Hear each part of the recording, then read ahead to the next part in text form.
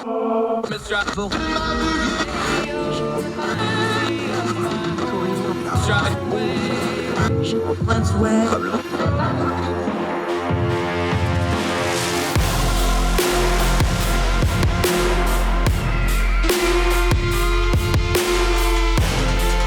your host, Andrew Donaldson. This is Heard Tell.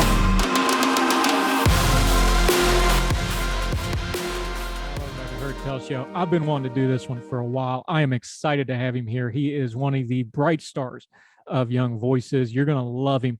And I'm anxious to get to know this audience. Daniel Di Martino, my friend, it's been a while coming. I'm thrilled to talk to you on the show. Welcome. Likewise, Andrew. Thanks for having me. Let's start with the bio because your story is so great. Tell folks where you're from, your home country. You're very proud to be here, but that's really at the core of where we're going to go with what you're getting involved in. And I think it's so amazing, but just give people kind of the sketch background on your biography, my friend. Yeah, well, I'm from Venezuela. I came to the United States 6 years ago to study in Indianapolis at IUPUI. And I have a degree in economics. I'm doing a PhD in economics now. And ever since I got to the US, not only did, of course, I study and do my research and do what I love, but at the same time, I decided to help on a volunteer capacity just because I'm very passionate about it. Americans learn about the disaster of socialism since I saw so many Americans fall in the trap of socialist politicians. And that's why we began this project that we're going to talk about today called the Dissident Project, where we're going to send survivors of socialist regimes from all over the world who live in the United States now to high schools to tell their stories and explain to students that socialism is not the answer to our problems, but rather it is the cause of our problems. Yeah. Now let's do some nomenclature. Let's make sure everybody's on the same page here. Because socialism is one of those things that, you know, Twitter gets a hold of it and turns something into a buzzword, and then this, that, and the other, and your uncle's socialism and that car over there socialism and everything. I don't like socialism. Mm-hmm. That's not what you're talking about. Use your home country as an example because folks that maybe don't know the backstory, Venezuela is a country that's rich in resources, has a wonderful people, was a vibrant economy. Then you had Hugo Chavez. Now you have Manduro. This is not the buzzword socialism, Facebook meme kind of thing you're talking about. This has very real world implications for the country you come from, doesn't it? Yes. Venezuela used to be the fourth richest country in the world in the 1950s. And even at the end of the 20th century, in 1999, it was the richest country in Latin America by far. Why? Because Venezuela has the largest oil reserves in the world, and it was a relatively free economy.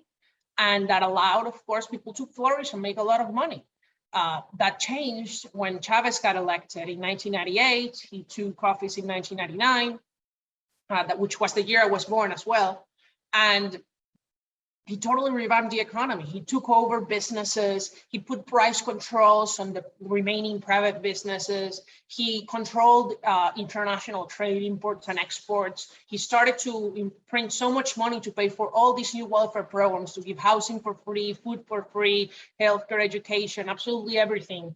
And he bankrupted our nation, led to hyperinflation, and submerged 95% of the country into poverty, except those who are very well connected with the regime. And 6 million of us out of 30 million have fled the country in a matter of about 7 years. So it's been a total disaster. And the reason why I left, the reason why millions of others have left. So that is what socialism is, right? Total government control over the economy. And that's what we cannot allow. And there's people who unfortunately want to do that here. It's not about raising a little tax by 1%. It's or reducing or increasing this little welfare program. It's about radical change that would bankrupt America, and we cannot allow that to happen. What is it about socialism that it goes so hand in hand with a dictatorship? And it's not that capitalism can't be abused. We know it can be, or a parliamentary system can't be abused. But when you look at the 20th and 21st centuries, like you just said with Venezuela, that's one generation, 1998, you're talking 25 years. That's a startling change in a country. What is it about socialism that it just goes so hand in hand with tyranny, like a Manduro, like a Hugo Chavez, like we've seen in other parts of the world? Well, they get elected democratically at first, and as soon as things go south economically and socially, and the people want to take them out of office, they guarantee their power in office. Because what does socialism allow to do, right? It gives total control to the government, which is a lot of corruption opportunities, right? When the government took over businesses, who started to manage state enterprises? Their friend, the general at this division of the military, or their cousin, and that's how it works. And then they pocket the money. And that creates a very powerful group of special interests whose interest is to remain in power to keep profiting from the population. And that's what socialism is about. And that's why we can't take them out, because they started rigging the elections after they got into power. And that's why the last free election with a socialist is the first election. And we cannot allow that to happen in America. Because if socialism ever comes to America, it will come democratically, right? It's not going to happen like Cuba. It's not going to happen like the Soviet Union, like North Korea, where there's this military guy who takes over after a war or a revolution. That's not going to happen here. If it happens, it's going to happen like in Venezuela. Venezuela was a middle-income country. Venezuela had natural resources. Venezuela was free and prosperous, and not perfect, with unsafety too, with the corruption, with poverty, just like any other country. But it was a country where people didn't starve to death or millions left their homes. Now that's what Venezuela is. Put your economic hat on for just a second. Talking to Daniel Di Martino today on Heard Tell. What you're really describing is, we've heard it a lot in the American parlance of too big to fail. What happens is, when the government controls everything, the government is what's too big to fail. And that's where all that corruption comes on. As an economist, though, talk about what that does. You've already talked about the brain drain. 6 million people have left Venezuela. That's a massive brain drain, because those are the people that have the means to leave. Economically, that kind of a brain drain, when the innovation of a country is stifled, when the government is controlling everything and it's too big to fail, and there's that much corruption, just on an economic level, everything else starts to break down, doesn't it? Yeah, I think the best example is that my family used to make $3,000 to $5,000 a month in the early 2000s when Chavez started his government. And by 2016, we were making $100 a month. So that's the decline. And that was the decline of the economy too. Today, the Venezuelan economy is 90% smaller than it was 7 years ago. 90%. That's what happened to all the Venezuelan population. What kind of, while we're still in Venezuela, before we get to the Dissident Project, Daniel Di Martino joining us, what is there to be done? Because it sure seems like with these dictators, it's almost like you're just waiting for them to die and hope the next guy ain't as bad. Is there anything that can actually be done to Venezuela now? Because it seems like Manduro is pretty entrenched. There was some glimmer of hope a couple of years ago. That seems to have faded. Are they just stuck with this? Is there any hope at all? Well, I think that if you ask me to predict something, what I would predict is that he's going to stay in power for a very, very long time. Now, if you want to ask me if that has to be the fate, the future, it doesn't have to be. But it will require external intervention. It's not going to happen from within Venezuela. I'm just going to tell you that. And if people are just going to wait for it to happen, then they're going to wait for the rest of their lives. And for the lives of their children, their grandchildren, just like with Cuba. And it's because the incentive structure is just very powerful, right? The population doesn't have guns. Anyone who could overthrow the regime is already a member of the regime. And they're not going to want Venezuela to become a democracy, because they know that if Venezuela becomes a democracy, even if we were to guarantee them protection, and even if we would go through with the protection and forgive all their crimes, which is not going to happen because the population is going to seek vengeance later. But even if that happened, why would these people do that when they can stay in power and keep profiting and keep making millions and millions of dollars? So that's why I don't think anything's going to happen. But if it did, it would have to be from outside the country. All right, Daniel Di Martino join us. Okay. We always want to have a broad perspective on our program. It's something our audience works really hard on. Give me that perspective. You come to this country, you come from Venezuela, you come to America. What did you expect, and what did you actually find that maybe surprised you a little bit? Just put people in your mindset as you first came to America to study how different it was and what really struck you about it when you got here. Well, look, the biggest difference that is very quickly noticed is security and safety. Venezuela is and was a very dangerous country. Caracas has one of the highest murder rates in the world. Kidnapping is very common. Robbery is the order of the day. And so being able to walk in the street by myself in Indianapolis, where I lived, was a very big change in my quality of life for the better. I didn't have normal teenage years, right? I couldn't go to parties at any time. We started hosting parties in the day, staying at friends' homes, because things were very different. So that was a big change. The weather was a big change, seeing snow and all that. You're not saying Indianapolis is a little different weather-wise than South America, are you? Yes, I did my first annual in the snow. It wasn't the first time I saw snow. I saw snow in some mountains in Venezuela when I was a baby, but certainly the first time I remember. And it was very cool. I enjoyed it very much. But I also saw, a lot of things that I didn't see in Venezuela. Some of them were that the population in Venezuela by that time had already become very anti-regime, very anti-socialist, very much that they wanted more economic freedom. And here I saw the opposite. I saw a lot of young people who wanted the government to control everything, who didn't know anything about what was going on in the rest of the world, like Venezuela and other places, which I did because, I lived in Venezuela and because I had an interest in politics because I was living in a political experiment. But then culture is different. I really enjoyed being in America. It's a totally different experience. In Venezuela, there was a lot of, because of the whole security situation, you couldn't even tell your friends what your parents did for a living because you were afraid that some kidnapper would end up knowing. So you just felt more at ease in the United States. I love it, Andrew. This is a very special country.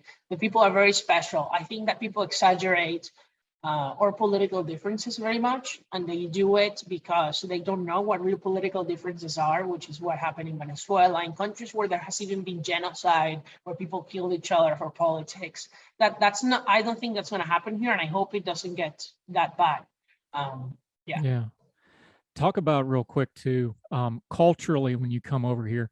We talk about it in the abstract that, America is a big pluralistic, inclusive society. It's very, very diverse.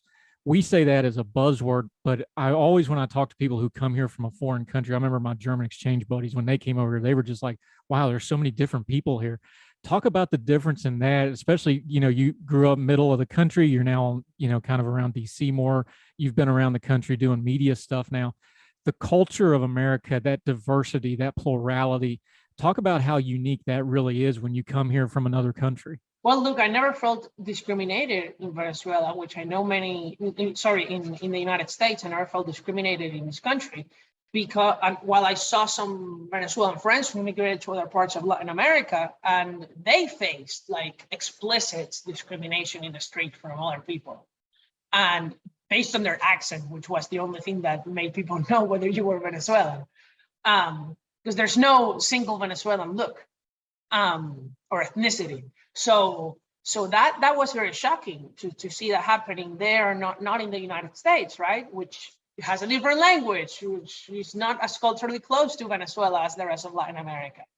And so I thought that in the United States, I didn't have any of those problems.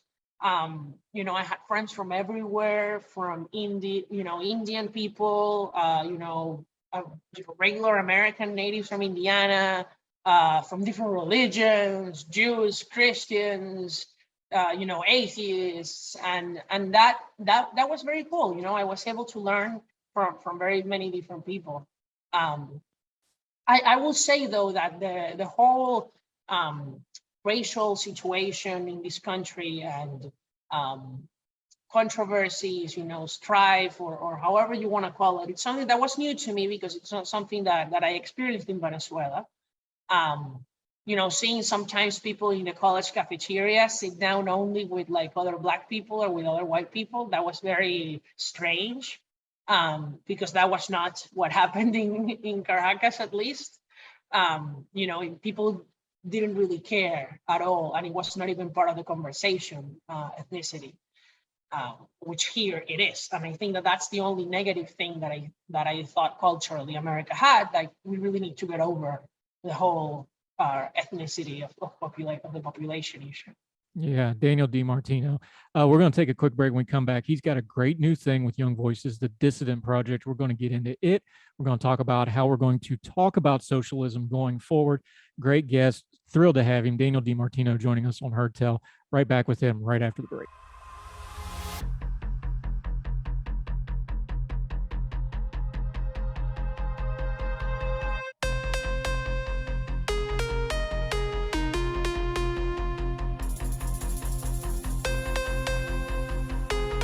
Welcome back to Heard Tell. We're continuing with our friend Daniel Di Martino. He is with Young Voices. He has a great thing. Let's just get into it because I'm so excited about it, called the Dissident Project. Now, we know what dissident is. Let's do nomenclature again so we don't lose folks. That's a nice big fat word. Dissident. People are going to start thinking Red Dawn and Wolverines and such. That's not what we're talking about here. Dissident Project, my friend. What do you got in mind with it, and what are you going to do with it? Yeah, the Dissident Project is this venture of Young Voices that I had the idea of. And we got together a group of 8 people, including myself, from socialist countries in America: Venezuela, Cuba, North Korea, and Hong Kong, which was recently taken over by the Chinese Communist Party. And we're going to travel to high schools all over the United States to tell our stories and connect it to what's happening here in America and why people need to choose freedom and not big government to solve their problems. Taking as a lesson what happened in our countries of origin. Why is that important? Because recently Florida passed a law that requires public high schools to teach about communism, totalitarian systems, and even more recently, it requires 45 minutes of instruction, including firsthand experience from people who lived in those places, to the students once a year. That means that there are over 2,000 high schools in the state of Florida who will need to teach about this. And what a better resource than the Dissident Project to bring speakers to our school, which we have thanks to a group of donors to Young Voices. We're going to travel there for free. They're going to organize the trips, and we're volunteering our time to serve the schools and to talk to the students, which is something that I've loved doing already. We kind of done before, but now we're going to do with more people.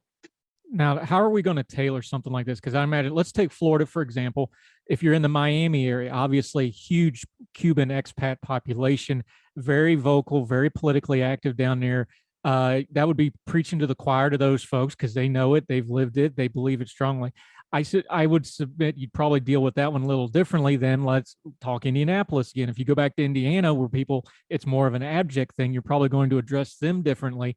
How do you tailor that to different audiences? Because again, big plural, diverse nation, people have different experiences with government. Small town's going to have a different experience with government than a big city is. Isn't this something that you're going to be able to tailor a little bit differently wherever you take it between the 8 of you? Of course, and we're going to tailor it, and especially has to be tailored towards a high school student audience, right? Which is not the same as an adult audience. So notice that it's much more difficult to gain their attention from, but it's also an audience that is much more open to learning, right? Because they don't have as many preconceived political beliefs. They haven't made up their mind about most issues, and unlike going to colleges or adult events, which are a self-selected audience of people who already agrees with the speaker, usually, in high schools, the teachers send the students regardless of their political beliefs. So we actually have an impact on persuasion and on telling people who don't know and maybe are not that interested in the issue and catch their attention and tell them some things. So how we start always is with our story of whoever the speaker is, of a roster of the Dissident Project. And from their story, they tell, they connect it to what happens in America.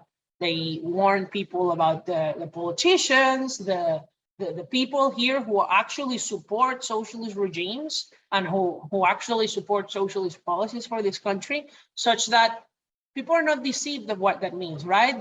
The people who claim to be socialists here and say that they just want free healthcare, that's not really what they want.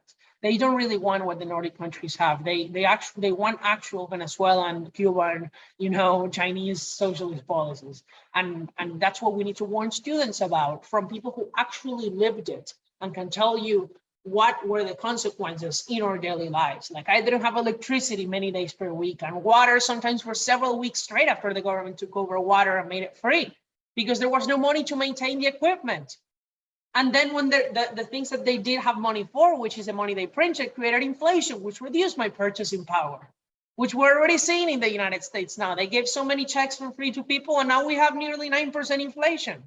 So these things happen. Now it's happening at a much smaller scale here.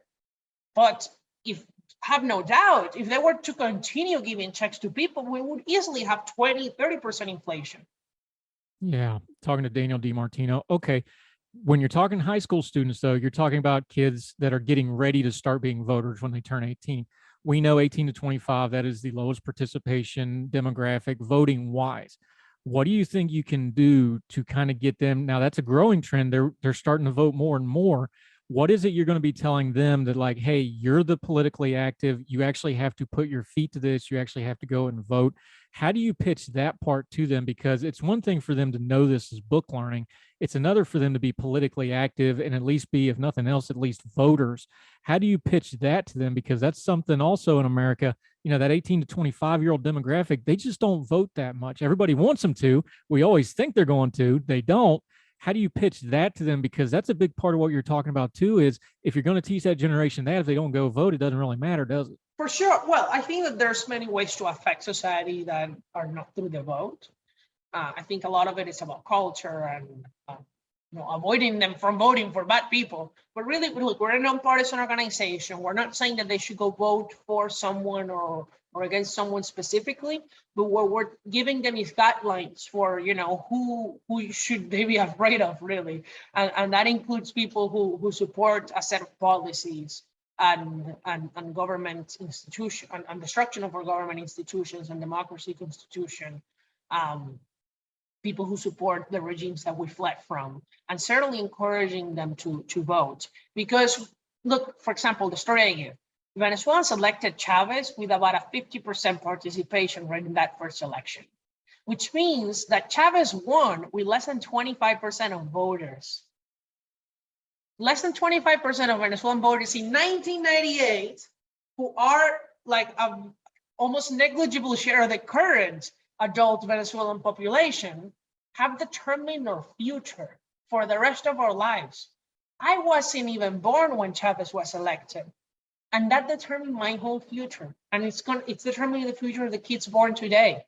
So that's why we tell people that it's very important to participate and avoid the disaster. It's not even about electing someone that is great. It's about avoiding America from going down, right? And preserving at least what we have today. Daniel Di Martino. All right, let's talk about that guardrail to keep America from going down that bad path. When you're talking to the students, how do you explain it? What do you think one or two things that we should be doing is it accountability in government? Is it strong journalism? Is it strong freedom of speech protections? Is it strong institutions? What's a couple of the things you're telling them that we need to safeguard? Because we understand we have to have some government. We're not saying we should not have any government. Right. What's the guardrails to have good, accountable government and it not turn into something where somebody like a strong man could take over, or socialism becomes a thing where it becomes an untenable monster that we can't control anymore? Yeah, well, I think the biggest one is protection of private property. The government not being able to use private property for arbitrary means. And I don't think we actually have enough guardrails for private property in the United States.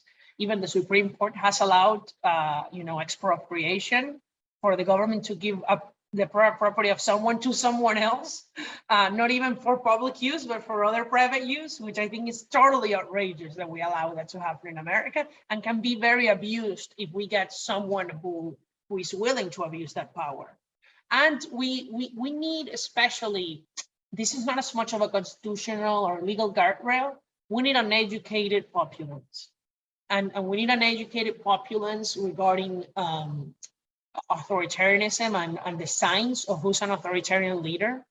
And I think that we don't have that when you see people voting for Bernie Sanders and for many other politicians who we know have praised dictators, who want to emulate those systems, who propose things and just want to give a bunch of things for free without saying how they're going to pay for these things. We need a populace educated in basic economics and understand that inflation, for example, inflation is something that we already solved decades ago. We know how to keep inflation low, and it's not a partisan issue.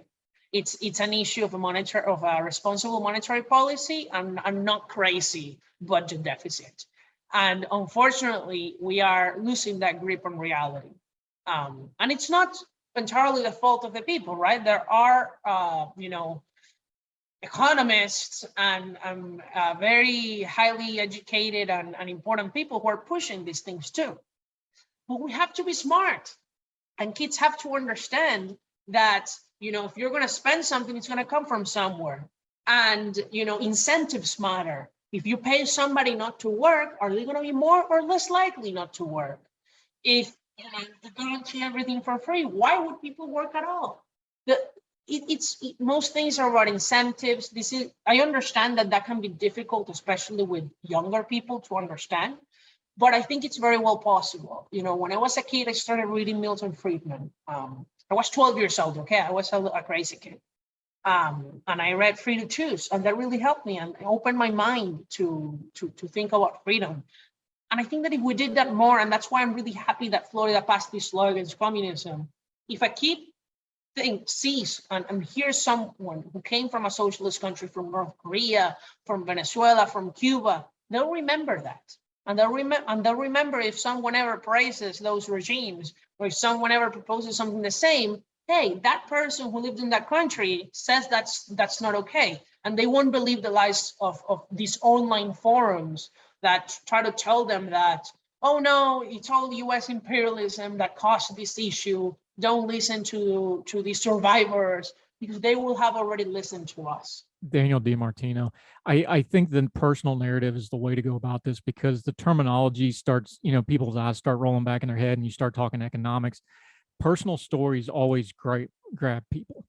And I think y'all getting folks, and I know the roster, I'll let you tell them here and pitch it, but the people you have telling the personal stories of like, look, this isn't in a book, this wrecked my family, this ruined my country. I think that's the way to approach this stuff. Daniel Di Martino, tell folks where they can find the Dissident Project. List a couple of the people that's involved, because these are some really, really sharp people that are very impressive, and where they can follow you and your social media and what's going on in the future, where they can start watching for y'all as you start to matriculate out into the classrooms of America. Yeah. Well, you can find us in dissidentproject.org. Dissident is with double S. And there we have 8 speakers so far, including myself. I have others from Venezuela. We have my friend Franklin Camargo, who was expelled from his university in Venezuela for being against communism and death threats even. He was just studying to be a physician, and he now is in Miami. And we have my friend Felix Llerena, who came from Cuba by himself after being involved in the U.S. Religious Freedom Initiative. My friend Grace Joe, who came from North Korea and escaped with her mom. Almost the rest of her family was killed, starved to death. It's a harrowing story and a very important one. And we have also two people from Hong Kong, including Frances Hui, who was the first asylum seeker from Hong Kong after the 2019 protests to get approved, and has lived in the United States for the last 3 years only. So these are very sharp people. These are people that you would really want to meet, and that I think your students would benefit from meeting. And if you're a teacher at a high school listening to us, watching us, you can contact us at dissidentproject.org, and you won't have to pay anything to bring us to your high school. We just want to get the word out. You just have to make sure that the students go. We'll bring the speakers. We'll do everything else. Yeah, it's great to know. Like I actually have family that married into my family from Hong Kong. So that's something that always hits me. People talk about that. Like, look, I grew up in a house the house I grew up in is there because of eminent domain. They had to move because, they built the lake and they had to move up on the hill. Wow. So these issues are universal issues. It's a matter of whether you keep your government accountable in how they handle these issues, because this is stuff that affects everybody. And we use the socialism term probably too broadly, but I appreciate you bringing it into focus, and I'm really excited to see what you do with this. All right, one last quick question in the few minutes we got left, though. how's your gains coming? Because you're a gym rat, my friend. You are just killing it. You're almost twice the man as when I first started following you, because you've gotten so big now. But just real quick, I just hit a new record in my bench press. I knew all I had to do was light the candle. Even though I had done triceps before, and I had done incline before flat bench, so I'm sure that I'm gonna do even better. I'm trying. I don't lift that much. I'm not that tall. I'm like 5'5", 5'6", and I weigh how much? 150, 148. And I just look bigger, I think, because of the optics. But I'm trying to lift more. I think that my PR now for flat bench is 225, which is not that much. It's just 245 plates each side. But I think that next 65% your body weight. That's pretty good, man. 225. It's much more than my body weight, right? My body weight is 150. Yeah, you're doing all right. I'm gonna try to hit 250 soon. So that's the goal. Well, we got to get you on the Twitter Supper Club hashtag with all your healthy eating, because we tend to have a little luscious food on there. You might have to give us some good protein stuff.